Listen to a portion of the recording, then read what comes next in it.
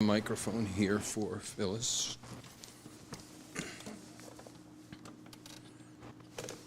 Check 1, 2.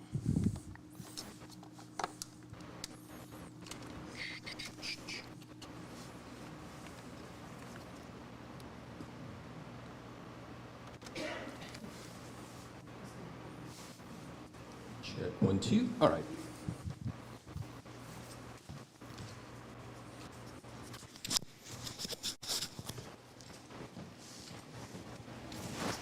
I'll turn that off now. Yeah. Huh? Still.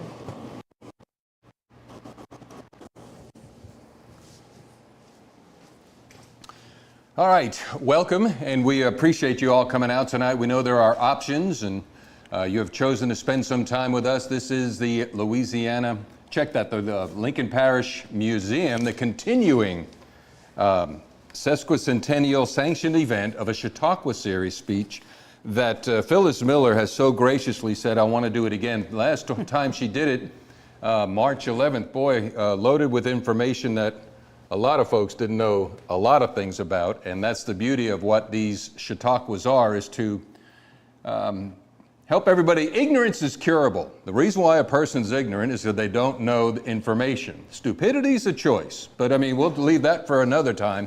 So we want to cure ignorance in our area with historical facts. A couple of notes for those. This is going to be live streamed, so I want to do this for them as well. There's a sesquicentennial committee that has been formed. This is the 150th birthday anniversary of Lincoln Parish, and we have commemorative t-shirts on sale. They're in the back. They're $25, and for those that are watching on stream, I will be able to, you get in touch with me, I'll get you a t-shirt.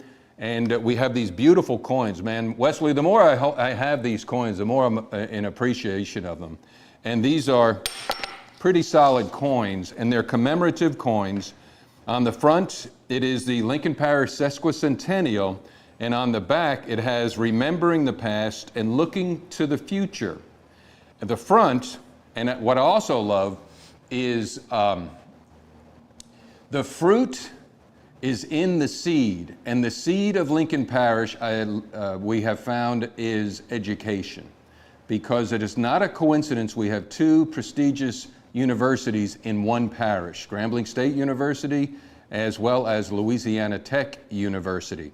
And the education, and that's what Phyllis is going to talk about, the hunger and thirst that the people of this area, this geographic region, which became Lincoln Parish, as Wesley spoke about last week on Alan Green, the father and the founder of Lincoln Parish. Education, he was very instrumental in establishing an educational platform for the freed slaves and the colored, which eventually others have picked up the baton and ran it forward, and therefore we have Grambling State University here in our parish. So this coin honors that. One side's black and gold, and the other side's blue and red. Now these are $20. And the proceeds go to, and this is encouraging, I know it's encouraging for Wesley and everybody, there are historical markers throughout Lincoln Parish that have been placed there in 1976, is that right, Wesley? And over time, things erode, things disappear, things just go away. Well, we have targeted 3 markers that have disappeared to replace them with the proceeds from the sale. One is Robert Russ's homestead, which is not too far from here, and close to the Rock Island Greenway. That's the first marker we want to have restored. The second one, and Phyllis will be talking about that, is the colored Chautauqua. That was there, is not there now. We want to restore that and put that up, honor that, and recognize that. And the third one is Vienna. So this initiative is starting to gain ground because a gentleman came forward and he said, I want to pay for my own marker to be put up. I said, what do you mean your own marker?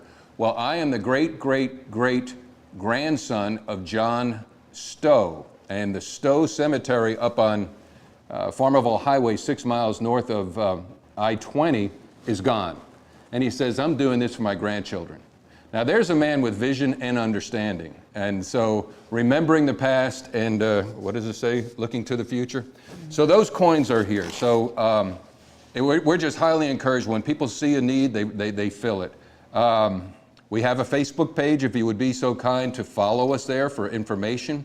We've started a YouTube page as well, so for those that want to watch YouTube, and what we've started is, this is on the YouTube page, by the way, as well, but the 1912 Edison phonograph there, Lawrence Gibbs and I, we do sessions where he'll pick a record and we'll talk historically and play the record. So that's just another way to help us get the message out about the Lincoln Parish Museum and Historical Society, which has been here since 1976.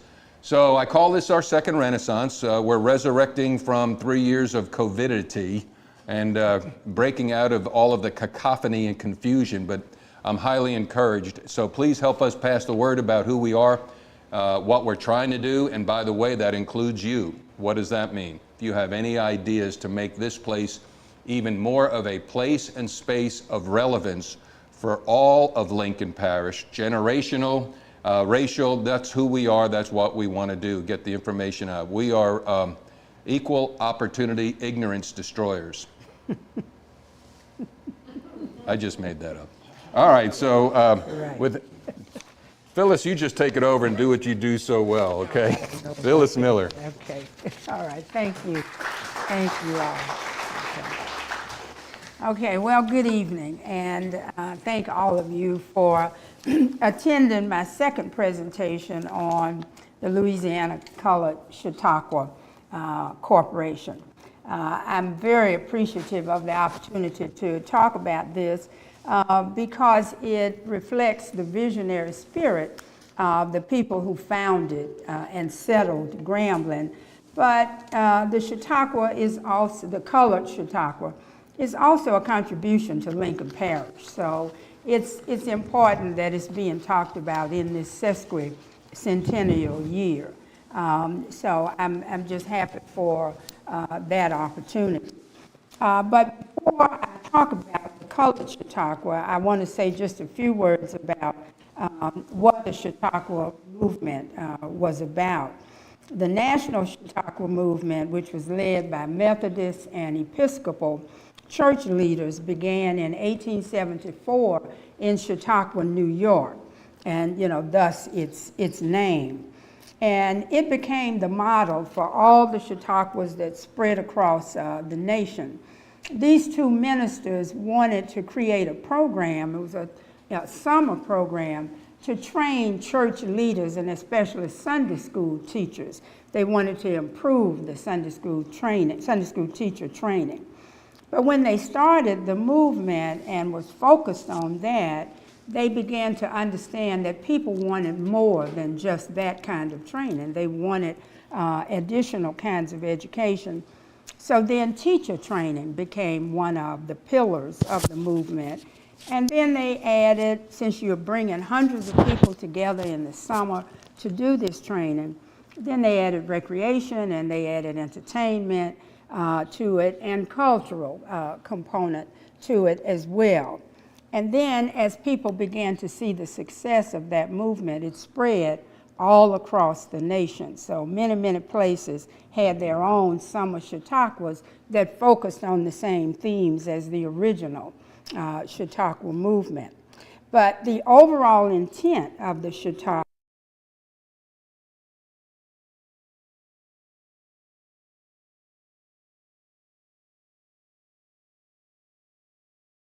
promote self-improvement through education.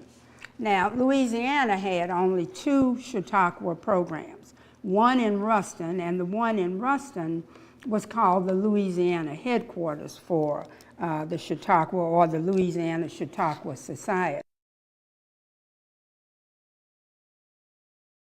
Ruston was planned in 1890, I think, and the one in Grambling was formed on March the 17th in 1906, so some years after the one in Ruston.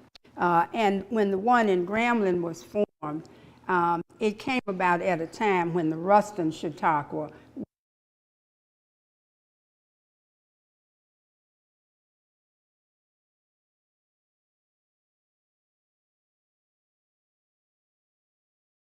for the one in Grambling.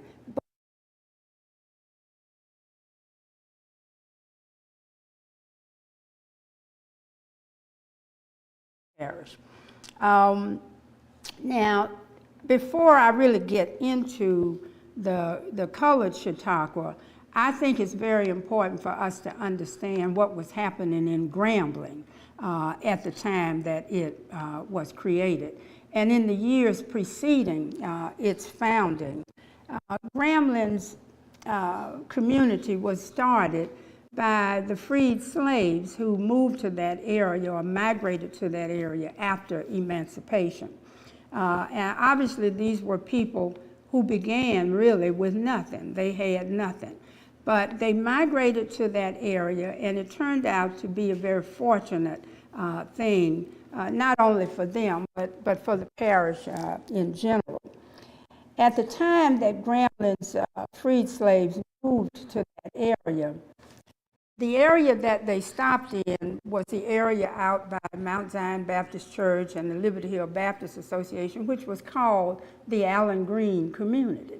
Allen Green and his brother Charlie owned all of that land out there. As Wesley told us about last week, Allen Green, as you know, was a very controversial and contradictory person. But even with all of the sort of political problems surrounding him, he did have a heart to help people. And so he encouraged the freed slaves who settled in that area to develop their community, to purchase land. And he and his brother would sell land to them once they had a thriving farming community. And then allow them to pay them as they could. So this was a very fortunate arrangement for the people the early settlers in Grambling. But what you should know is that basically from about 1868 all the way through 1901, the people who settled Grambling were busy developing institutions that they needed to support life in that area. So even though they came there with nothing, they had a very visionary spirit. They were thinking about the future, and they were thinking about what would happen for their children. So they started to build the institutions that they needed to sustain themselves and their community. So the first thing they did was to establish churches. That's the first thing that almost all freed slaves did after emancipation. They built churches. Now, a lot of times the churches were brush arbors in the woods, but it was their church. So in 1868,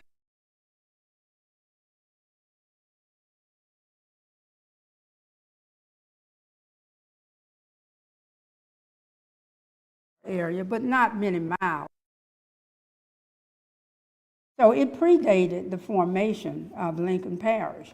And that's why in the clerk of court's office, you really can't find any record on that church, because you had no record of how they got the land. We don't know if the land was donated, and they don't either. They don't have their early history.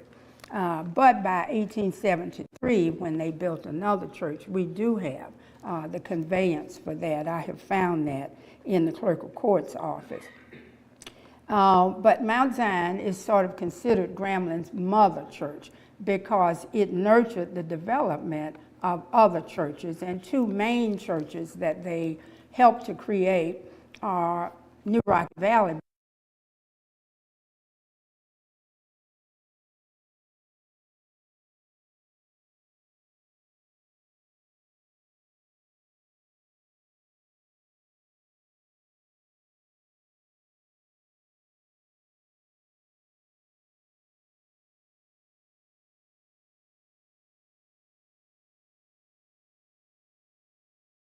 So New Rock Valley and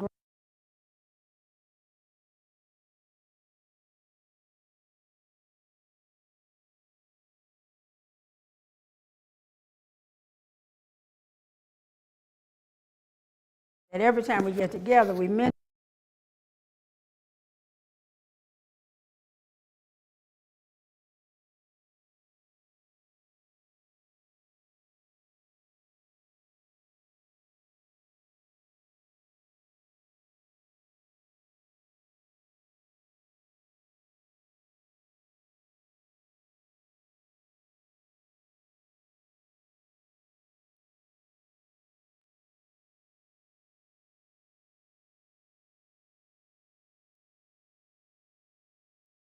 near the I-20 exit for Grambling, on land that their recorded history says was donated to them by Alan Green.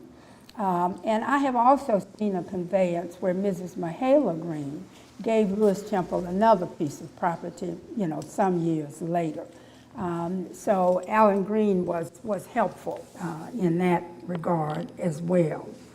Now, the charter documents for both the Ruston and the Louisiana Colored Chautauqua both state that the purpose of those Chautauquas were to provide activities that would improve, gratify, and benefit the teachers of Louisiana and generally advance the cause of education throughout the state.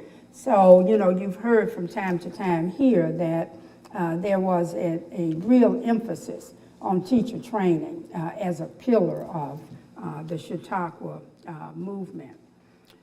Now, as I pointed out, beginning in the late 1860s, Grambling's early settlers began to create institutions that would really help them support life at that point. So after they structured the churches, then we had in 1882 the formation of the Liberty Hill Baptist Association.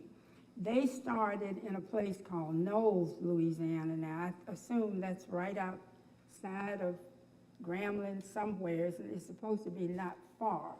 But there were 16 member churches who helped to start that association. So from 1868 till about 1878, you had the three oldest churches. Then in 1882, you had the formation of the Liberty Hill Baptist Association. Now, that association is extremely important for a number of reasons. First of all, it served as the flagship institution for Baptist churches in the area, for African American Baptist churches in the area. And what people remember most about the association is that they used to bring together hundreds of people in Grambling for conferences, for educational activities, and for a variety of church-related activities.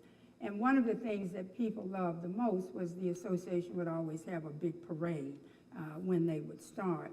My mother came to Grambling in '57, I came in '58, and I do remember when the association regularly had events like that, and especially the parade.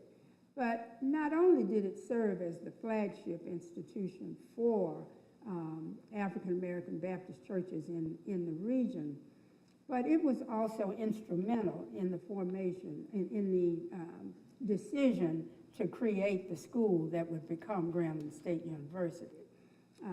Ministers from the association and the Farmers Union that had been headquartered in Grambling as well decided to establish the school. So they helped with the formation of that institution and supported that school from the beginning. But as we'll see later, there was eventually a falling away of the association from the early school. So that association is viewed by one of Grambling's former history professors, Lawrence Garner.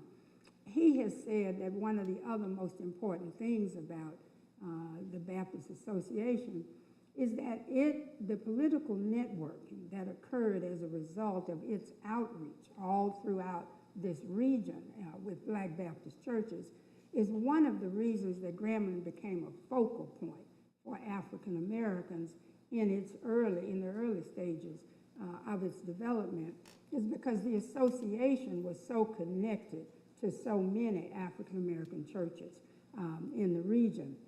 And so Lawrence Garner believes that it's important that when you think about Grambling and all of its interconnectedness to so many communities, it was because of the church and it was because of this association. So I think it's really important to remember that. And the other thing to remember once we get to the image of the Chautauqua, the colored Chautauqua, is that the association was already bringing into Grambling hundreds of people. And as you know, the Chautauquas would have large events in the summer that brought together people. So that was already established, the fact that people were coming. And they were using the train, they were using wagons, they were getting to Grambling any way that they could. Now, after the association was formed, there was another important institution that was headquartered in Grambling, and that was the Colored Farmers Agricultural Relief Association. And it was a union of farmers. Now, the story behind the formation of that is very interesting. A man named Lafayette Richmond, who was the son of one of Grambling's original founding families. His mother and father were Alfred Richmond and Parthenia Richmond. And the Richmonds, along with families like the Cornwells, the Garners, the Hollis family, the Arrington families, the Youngbloods and the Youngers, these were Grambling's original families. They're the people who started all of the farming, cotton farming in Grambling, and essentially created a tenant farming system, much like what the plantation owners had had. And so as people migrated to the area, they were able to give people jobs in the farming industry. They had been sharecroppers, and so in turn, they created other sharecroppers, and that gave employment to people who were migrating there. But Lafayette Richmond, being a farmer and being a person who owned massive amounts of land, he felt that what African Americans really needed to do was not only own the land, but they needed to own the equipment that they worked with, and they needed to own their labor. And he had apparently heard about the fact that there was a national colored farmers union, which had been started in Texas, I think around like 1896. And he wanted to form a union in Grambling as well. But now the story is that it took him 9 years to convince African-American farmers to join a union so that they could work together to support the continuing development of the farmers. And some people report that maybe the farmers were afraid because this was Reconstruction. And this was a time when blacks were under a tremendous amount of repression and violence. And I assume that it took him 9 years because it took him a long time to convince people to participate. But once he did convince people, he ended up with 15 members from 5 parishes: Washita, Union, Farmerville, Bienville, and Lincoln. So it was a very strong union that he finally was able to establish. And what it gave them an opportunity to do was to work collectively on their situation. And what they encouraged the farmers to do was to eliminate debt to the extent that they could, own their own homes, and work more efficiently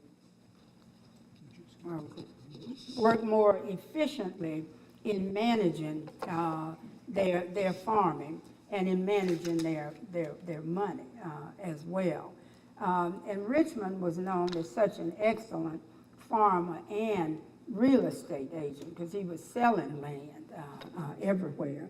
And he was also selling land to those people who were migrating in and getting employment and getting to the point where they could purchase land and purchase and build homes. And all of these homes at the time were in the Allen Green area. So everything just about in Grambling was there. So Lafayette Richmond was key to the formation of that.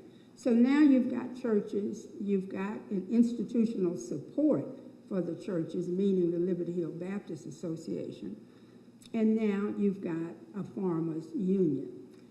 So gradually they are building the kinds of institutions that can support their effort to create a community. And then finally, in 1901, this is when the Liberty Hill Baptist Association and the Farmers Union decide to create a school because they needed education for their children. So they agreed together to have Lafayette Richmond and 2 other men to write to Booker T. Washington to get a teacher. The farmers had tried to build a school. They had a crude 2-story structure that they built, but as they were building, they realized they didn't know anything about setting up a school. So that is why 3 of them wrote a letter to Booker T. Washington and asked if he would send a teacher and send somebody who could start a school for them. And that is how we got Charles P. Adams. So Adams came in 1901, and when he got there, they had the crude structure, but it was really insufficient for using as a school. And I should go back and say that initially, Allen Green had a store in that community, and he had actually let them start a small school in there. But that was clearly not a sufficient situation. So when Adams came, Adams helped them to finish the school. He had inherited property from his family down near the Baton Rouge area. I think the town is called Brusley, Louisiana. So he had his brother to sell some of his property, and he used that property to finish the school. So they used the bottom of the school for the bottom floor for classroom space, and then on the second floor they had about 10 rooms where students could stay.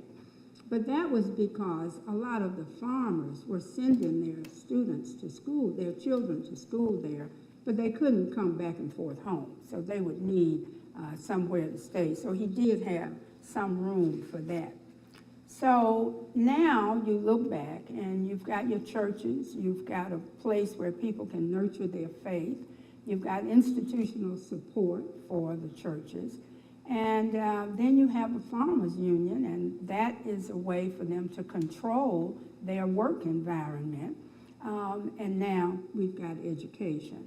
So as you can see, this is sort of tracking with the pillars of the actual Chautauqua movement.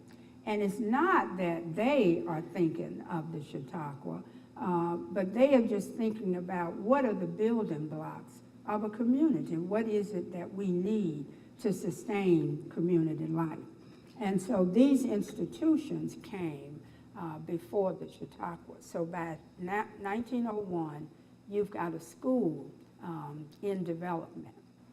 And then in 1906, 9 men who were leaders in the community decided to establish the Chautauqua. And they did exactly the same thing that the Ruston Chautauqua and the national movement focused on. They focused on education, they focused on teacher training, religious activities, recreation, cultural activities, and entertainment for people. But here is where I want to add something that I only recently discovered about the Chautauqua, the colored Chautauqua, since I did my last presentation. And now, I've done some handouts, and you are all going to get this. Now that I'm speaking about what some of the activities were, I want to say that a lot of the information that I have, I give credit to Mary Frances Fletcher, and is it Kay Reiser Smith? Is that in there? Okay. Both of them have written about the Ruston Chautauqua and the Grambling Chautauqua. So we're indebted to their initial information about this. And both of them have pointed out that when the Chautauqua began, they didn't have really regular meetings. They had sort of intermittent meetings. And although their charter document would have allowed them to purchase property and to amass funds, there's no evidence that they did that. So they were allowed to have their summer events on property that was owned basically by the Garner family in Grambling. They were one of Grambling's original families, and they too were massive landowners. In the Allen Green area, the Garners owned probably about 160 or so acres of property. And across from Mount Zion Church, across the track, there's a piece of property that had been owned by the Reamer family, who were related to the Garners. And their research indicates that the Reamers allowed the Chautauqua organizers to hold their events there in the summer. Well, I was helping a woman a few weeks ago clean out a house that she was going to sell, and we found an old copy of something called the Normal Observer. This was a GSU student newspaper, but it was an early version of the Gramblinite. And the supervising editor was a man named J. Andrew Golden, and he was the person that was over the student yearbook and the student newspaper. So the Normal Observer was, I think, GSU's first student newspaper. And it just happened that on the back page of that paper, there was a brief discussion of the colored Chautauqua. So this is the first time that we've seen some information from inside the Grambling community about it. And so if you'll just indulge me for a minute, I'd just like to note what he had to say. He says that between the years of 1885 and 1901, the founding fathers of the Grambling area passed through a period of semi-adult education, which culminated into what is known as the popular Chautauqua movement. Like their white counterparts in the town of Ruston, they secured a charter and frequently assembled on a tract of land presently identified as a portion of the Reamer estate, and that's the property across from Mount Zion Church.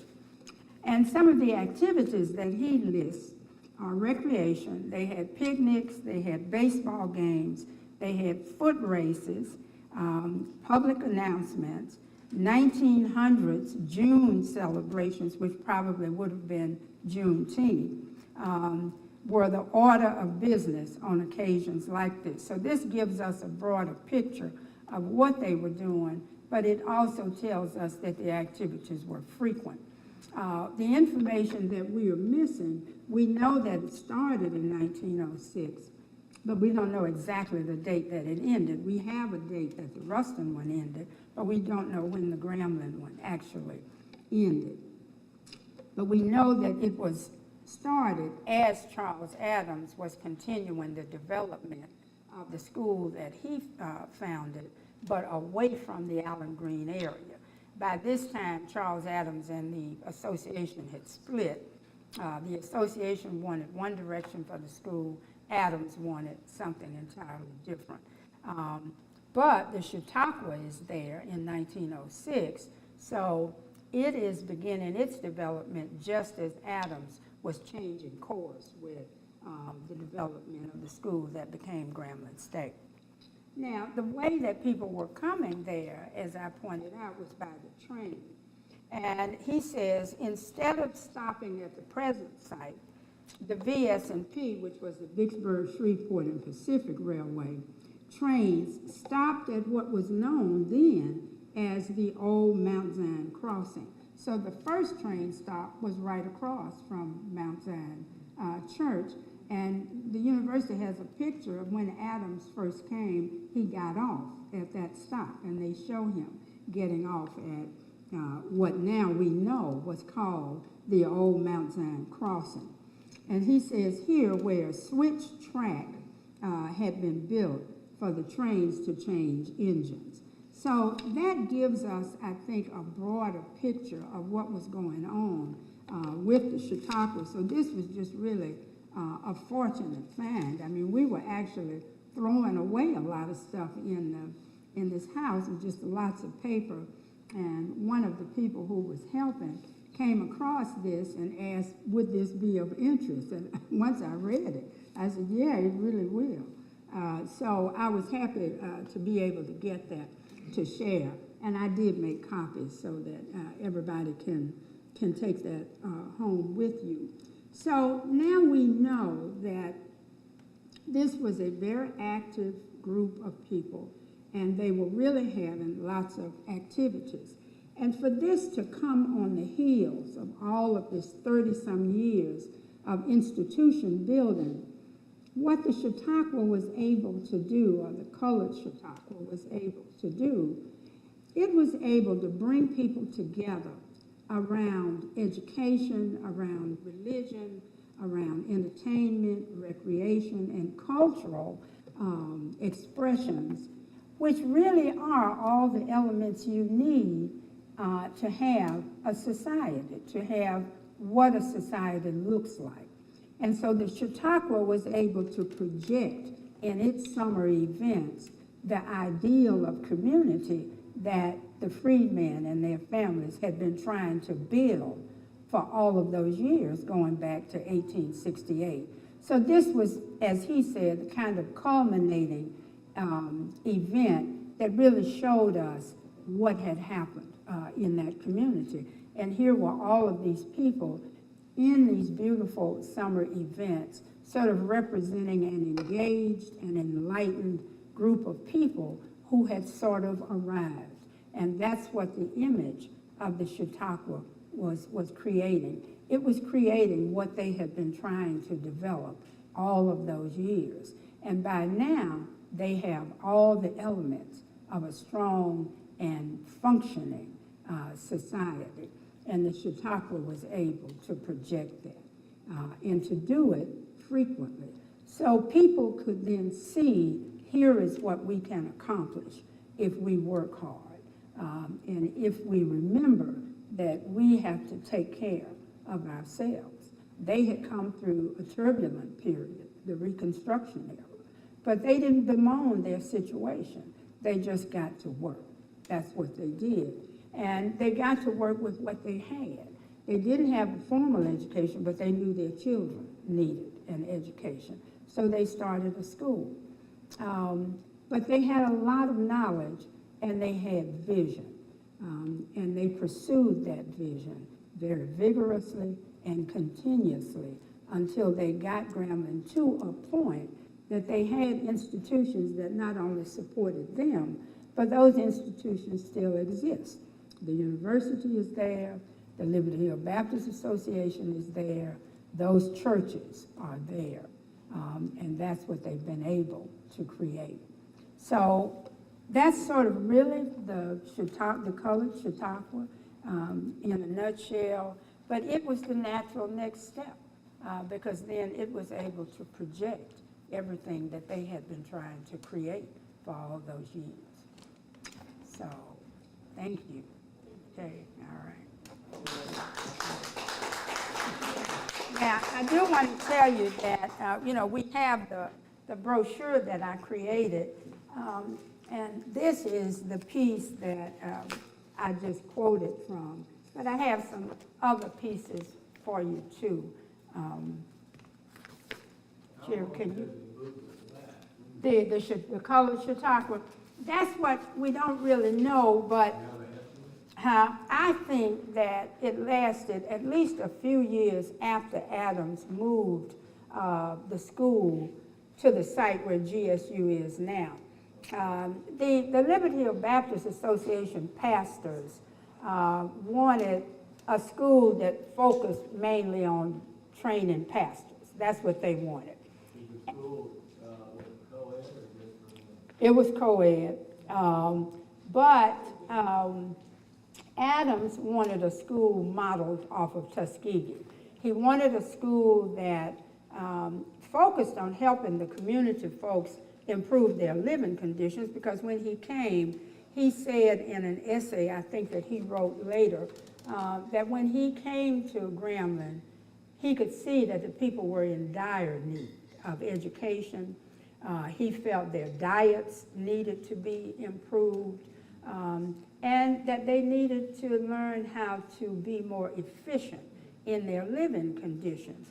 And one of the great things that came out of that later on is that Grambling had a program which was written up in, I think, in 1950 in Reader's Digest.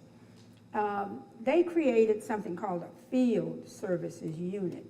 And a group of faculty from home economics and agriculture and other places went out into the rural areas and worked with families to teach them how to structure their living situation more efficiently. In some cases, people ended up actually adding rooms. They taught women how to create curtains and table linens and all kinds of things from flour sacks. And then they taught people about managing their resources. Now, the good thing for the university was that with the field services unit going out to the rural communities, that also in turn sent students, to the school. You also had a point where the agriculture staff helped farmers to grow crops more efficiently. So when Adams and the association split, the association actually kept the original institute and turned it into a Bible institute. But they did offer basic education, arithmetic, math, and all of that. And then Adams moved the school up to the site where Grambling is now. But in 1905, when he first left the Allen Green area, he didn't have any place to have classes. So Lewis Temple's second church, New Home, was located along the railroad track by where Rocky Valley's cemetery is. And Mr. Richmond convinced the congregation to allow Adams to hold classes in that church until he could get the first two buildings built on the campus where he is now. So for the fall of 1905, the classes were held in the church, and then by the spring, the first two buildings were there. So I think the Chautauqua went maybe another few years beyond that 1906 date, but it actually became, according to, I think, K. Riser Smith, it was kind of unnecessary because a lot of what the Chautauqua was doing, the school could do on a more regular basis. And a lot of the people were more attracted to the recreation activities that Adams could have, because he could have them more regular because he had more resources and more support. So I think maybe it lasted a few years into that, but after that it was just like with Ruston. As this Chautauqua closed, Louisiana Tech was beginning, and as the Grambling one closed, Grambling's school was beginning. And as Wesley reminded me a couple of weeks ago, there's research that says that the Chautauquas inspired the development of universities, of institutions of higher learning. Was there money involved in having to bring people in? Well, see, people rode the trains, and then people came by wagon and by horseback. And Mount Zion, in their recorded history, when they talk about their early church, they say that people walked as many as 8 miles to come to church. So people got there as best they could, but in Mr. Gaulden's piece here, you will see that he talks about the VS&P train. What year did the train track make it through? Well, I don't know now. There's a Ruston Leader article by a staff writer named Karen Jones who talks about Grambling evolving from the timber industry, the railroad, and education. Now in there, she uses the year 1884 for the beginning of Judson Grambling's sawmill in Grambling, which was also important to the development of the community. Now, and in that paragraph, she doesn't make a real distinction. She says that the train of the railway company started servicing the sawmill. And as people came to get work in the sawmill, they came on the train. And as they made money from the sawmill, they built homes in the Allen Green area. But homes means huts, you know, it doesn't mean home in the way that we think of houses.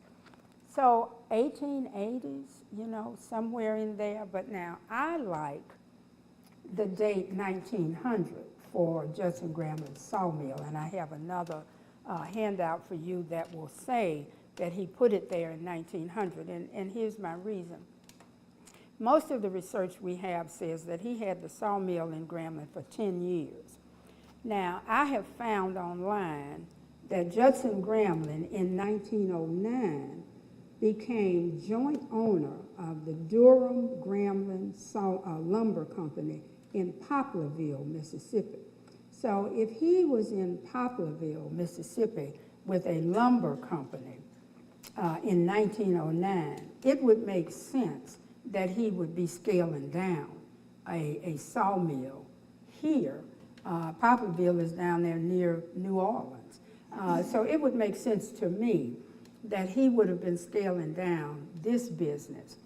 The other reason that if he was there 10 years, 1900 to 1910 would make more sense to me.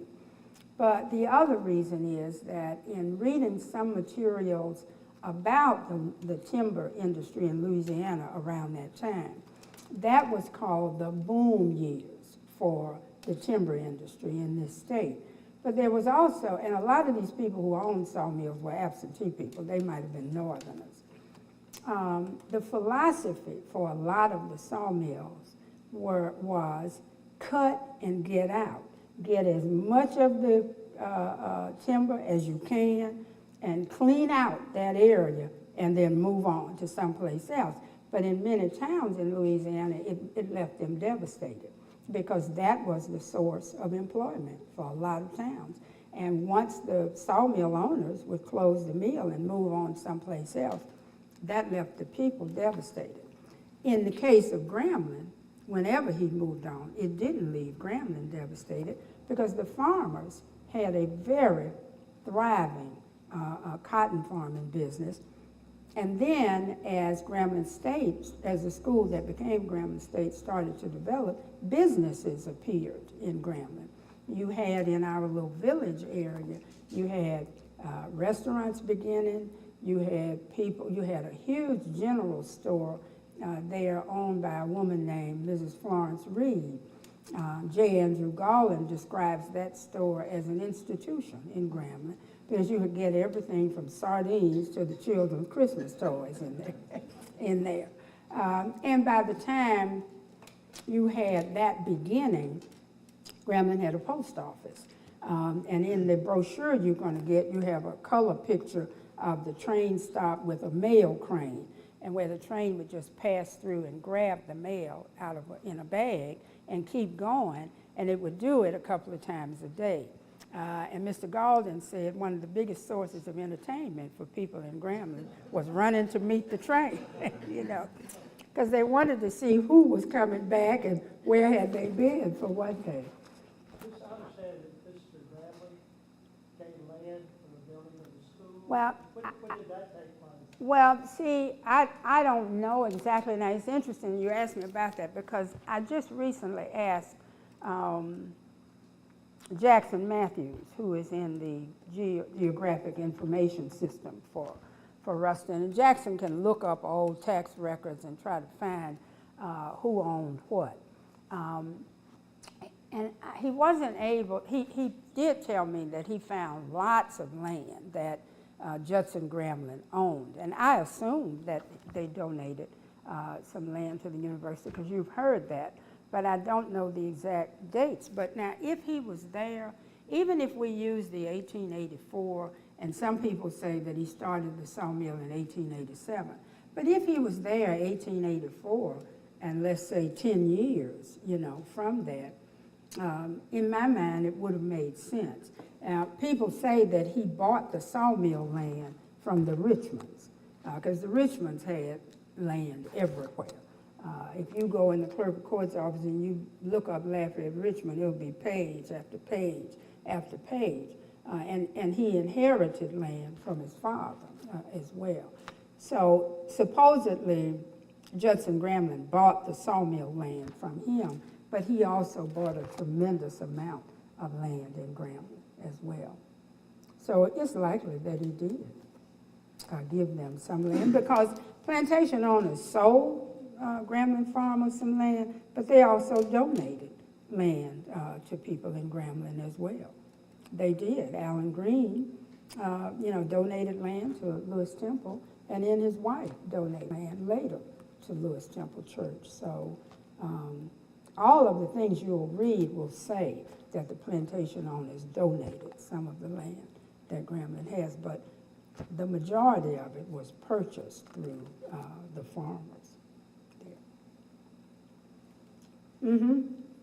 Phyllis, the name Allen Green, I have heard over the years that they're the Allen Green schools. Mm-hmm. And do you have any idea? Well, one thing I did read, and I'm not sure if it's in this piece that I gave you,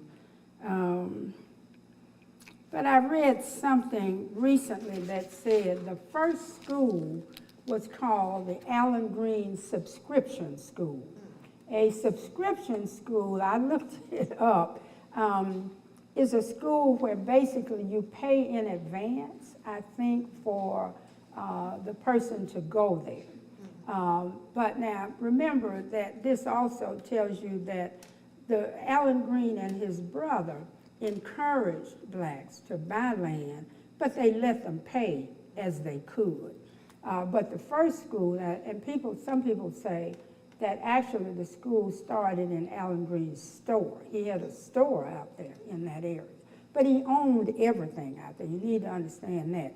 All the way out there where the Camp Ruston was, the POW camp, all of that land out there, all the way down past the Liberty Hill Baptist Association, had belonged to Allen Green. And slowly, the farmers purchased land from him in that area. That's where Grambling started. So supposedly there was a subscription school first, and then they created the Allen Green, what was it, Industrial Training Institute. Grambling changed names, the school changed names about 5 or 6 times. So we do know that, that it was, there was a school. And I was told that there, and maybe it might even be the same one, maybe one that he did. It was one down around Fellowship somewhere in Simsboro. That was associated with Allen Green. I don't know about that. Wesley might, you don't know, I don't know. But they owned so much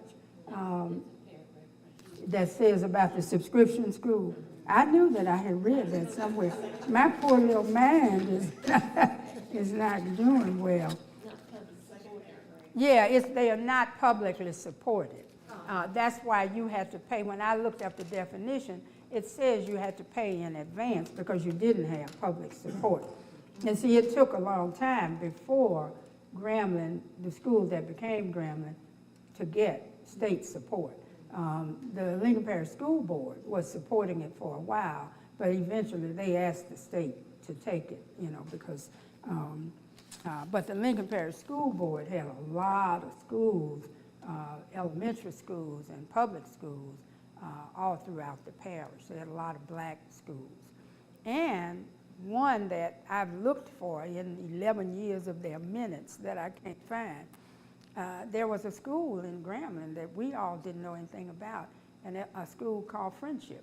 And it was an elementary school, and it is where the Liberty Hill Baptist Association is now. And what I think happened is, and it was the school board school, but one time their secretary and I tried to go through about 11 years of minutes, and we just couldn't find a reference to it. But the reason we know it's there was theirs.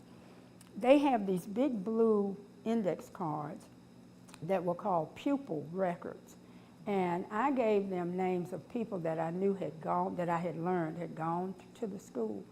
And they had pupil records for those students, and they had Friendship School on the pupil records, but you couldn't find it in the minutes. So we don't know what it looked like. But we know some people from Grambling families went to that school. Phyllis, Friendship School was a Rosenwald school. Oh, was it? Julius Rosenwald, who was president of Sears and Roebuck, Uh-huh. partnered with Booker T. Washington Yeah, to to build small right. schools in rural communities across the South. Wow. And generally what would happen is Rosenwald would donate a certain amount of money. Right.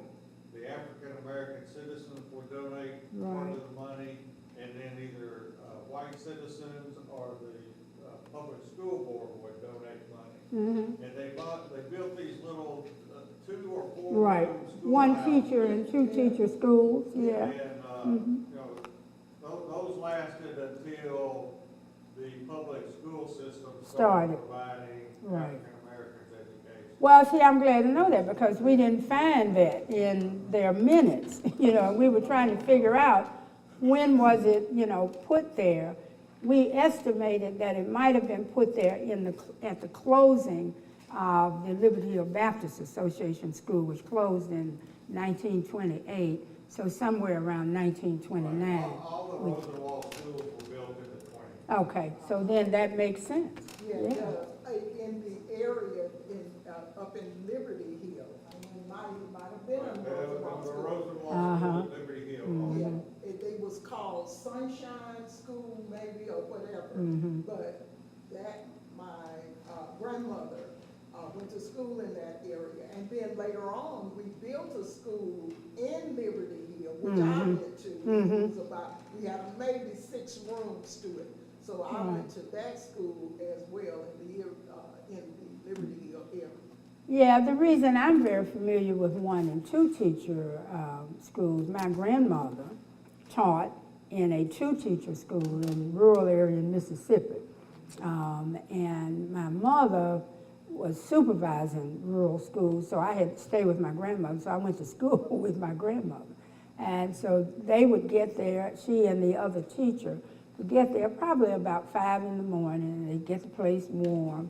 And kids would come to school, the plantation owners would send them to school at about 6 or so in the morning, and they had to be fed breakfast, and then they would get taught from about 7 to maybe 11:30. They would be fed lunch, but they couldn't stay in school all day. They had to go back to the plantation to pick cotton. So that's why I'm familiar. My grandmother did that for about 15 or so years. But then consolidation of schools occurred, and they closed all those rural schools and then put schools in the towns, you know, so. What qualified a person to be a teacher? They got what you called an 11th grade certificate. My grandmother had an 11th grade certificate, but she was so concerned about education, she wanted a college degree. So in the summers, she went to college at Alcorn, which was Alcorn College back then, and she eventually got her college degree that way. But by the time she finished that, she taught maybe just a little while longer, and then those rural schools were closed, you know, but she just wanted a college degree. So that's how she got it. But it was in 11th grade. Black people didn't have to have a full education in order to teach. That's what they got. I have done it. It's in my family's gut, but not mine. So I mean, it's okay, but you know, I did it for a little while. Been there, done that, got the T-shirt, and moved on. I've done community college. I have, yeah, but I'm not high school oriented. I don't think I can do this generation. Yeah, see, I came up different. Oh yeah, yeah. Well, yeah, I have done it, but like I've moved on from that. Yeah. Okay. Okay. Thank you so much. Go ahead. Who were some of the speakers that came and gave talks? You know, that's what we don't have that. Well, I don't. This is the most recent anything that I've gotten. I don't know. I think if I can find more of these normal observers, because Mr. Galden wrote a lot about Gramblin's history. He has some humorous things like that about the sardines and Christmas toys, but and the post office, Gramblin's original post office, he said that the post office was so small that you had to go outside to turn around in the post office. So, and he wrote an essay about Grambling. It was called Dark Town, but that, the implication was not that. But he published it in a magazine called Tomorrow, but it's a magazine that doesn't exist anymore. So, you'd like to have that. But, Digitized. It's probably digitized. Yeah, it may be. I'm the Louisiana Anthology. Oh, really? We go rob stuff off the web all the time. Oh, really? It's public domains. Because you can't get a copy of it Maybe anymore. on newspapers.com. So, yeah, it might be. Project or something. So I don't know. We don't have that. We just have that it started in 1906, and we now know that they did have frequent programs and what kinds of entertainment they provided. And we know they focused on teacher training.